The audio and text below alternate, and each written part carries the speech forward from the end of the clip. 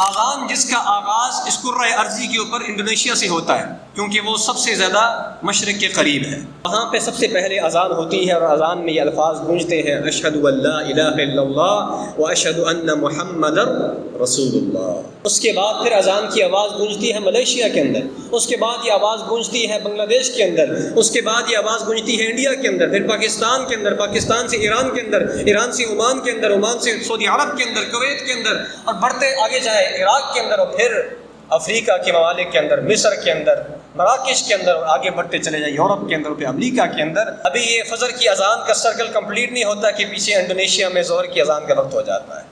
शायद ही कोई वक्त ऐसा हो जिसमें इस कुर्रा अर्ज़ी पर रसूलुल्लाह सल्लल्लाहु अलैहि वसल्लम का नाम न लिया जा रहा हो, न लिया जा रहा, ऐसे हो ही नहीं सकता। अल्लाह ताला ने कैसा ज़िक्र बुलंद किया है, जबकि आपके दुश्मन आज उनका नाम लेने वाला कोई नहीं मिलेगा।